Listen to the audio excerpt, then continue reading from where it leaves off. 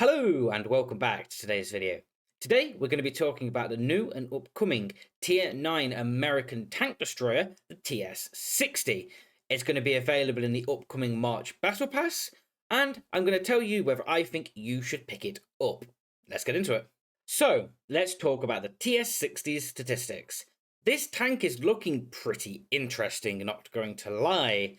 As you can see, that DPM is looking pretty terrifying, not going to lie to you. 3,300 is high.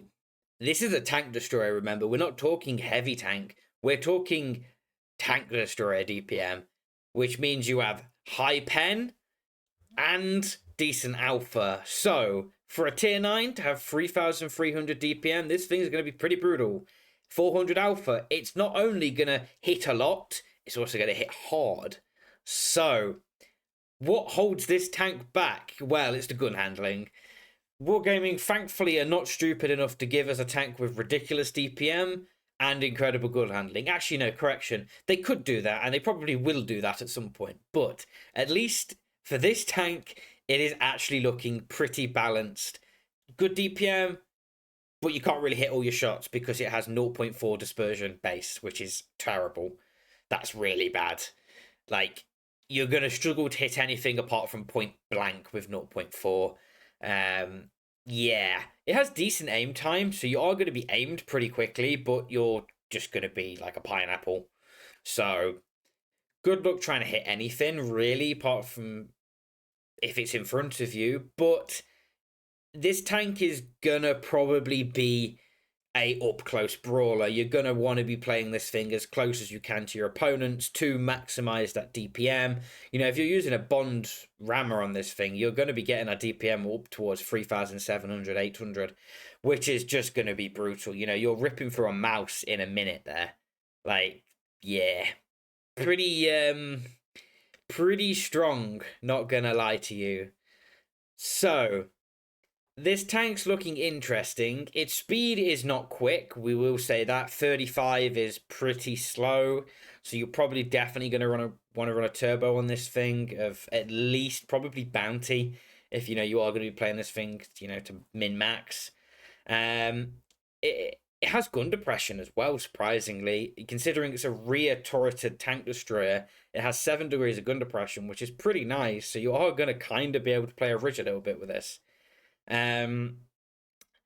Yeah, it has health as well, surprisingly. It has a decent amount of health, almost heavy tank-esque health for tier 9, so you are going to be able to trade. So this tank has DPM, HP to trade. It's got really bad gun handling, soft stats like dispersion, and it's pretty slow. So, when you combine that, you get what seems to be a pretty balanced tank. We're yet to see whether that gun handling is as bad as 0.4 in practice, but it's likely it will be. But let's have a look at this thing's armor quickly. So, as you can see, this tank looks pretty familiar, right? It kind of looks a little bit like a skinny Chrysler K. If any of you have played the game for a while, you know that's the Tier 8 premium American heavy tank. But besides the point, this is an American tank destroyer that's rear turreted. It's pretty unique. We have nothing else really like it in the game. So, let's have a look at its armor. So, against 258 AP, it looks pretty okay, right? Like, you know, you have a few weak points around the gun mantlet. It has a pretty big cupola that's going to be visible from, you know, any height and distance. But when we put it against heat, 320 heat at that, it gets pretty weak. You know, the cheeks become a 50-50 pen. The gun mantlet around it becomes, you know, a lot easier of a pen. Yeah.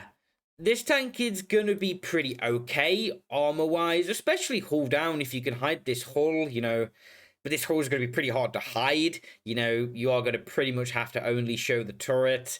Yeah, it's not going to be great. It's not going to be, you know, really bad. You know, this hull is pennable with AP, but remember, this is a tier 9, so it can see tier 7s. Tier 7s are going to have a hard time penning this thing, especially frontally, if it can't see its lower plate.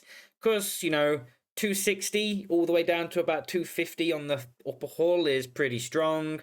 Put this against heat, it's pretty much 100% of a pen. But remember, not everything has 320 heat at tier 8, especially even at tier 9. So this tank is definitely going to be relatively well armored, which it is going to need because, as I said in the statistics, this tank needs to play close because of its bad gun handling. But remember, this thing's rear turreted, so it kind of has to side scrape to peek a corner, which, as you can see, it kind of can. You know, it does have a pretty big weak point here, and obviously you are going to have to show the turret, but you have to be very careful not to over-angle this tank, otherwise, you know, it becomes a very easy pen. But, you know, if you're like this, they can only really pen your little weak point here, which is still going to be pretty visible. It's kind of hidden a little bit behind some kind of like ammo crates on the side, but they don't count the spaced armor. But, you know, you are just going to shoot here, and people will just find it by just using their reticle. So you do have to bear that in mind. Against AP, this thing becomes even stronger side scraping. You know, it hasn't got a place where you can perma-track it through the tracks, which is pretty strong for a side scraping tank. But, you know, if, you know, something's firing heat, they could just pen you up through your upper hull. Especially tier 10s are just going to pen you through the upper hull and in your turret. So you do have to bear that in mind.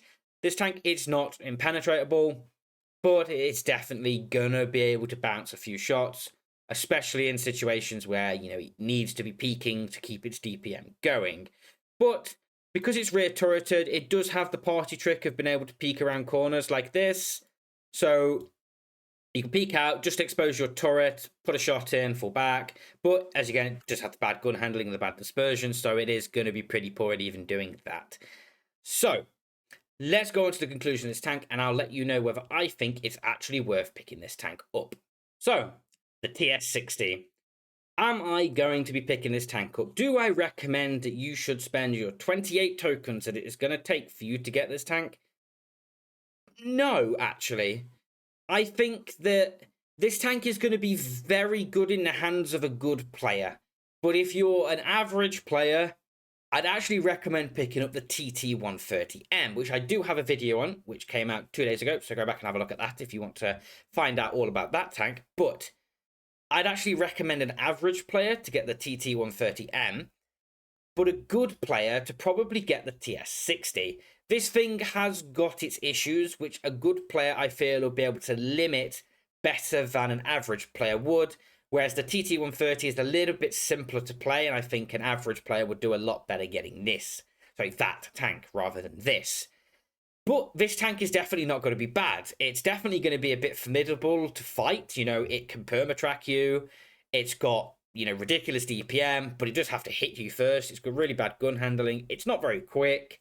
Its armor's not incredible, but fighting against tier 8 and tier 7 tanks, this tank is going to be pretty strong, and definitely gonna probably be pretty scary to fight. It's not gonna it's definitely not gonna be Cobra, you know, good, but this will probably be one of the better battle pass token tanks. But you know, I think it's probably on the same levels of the Object 772.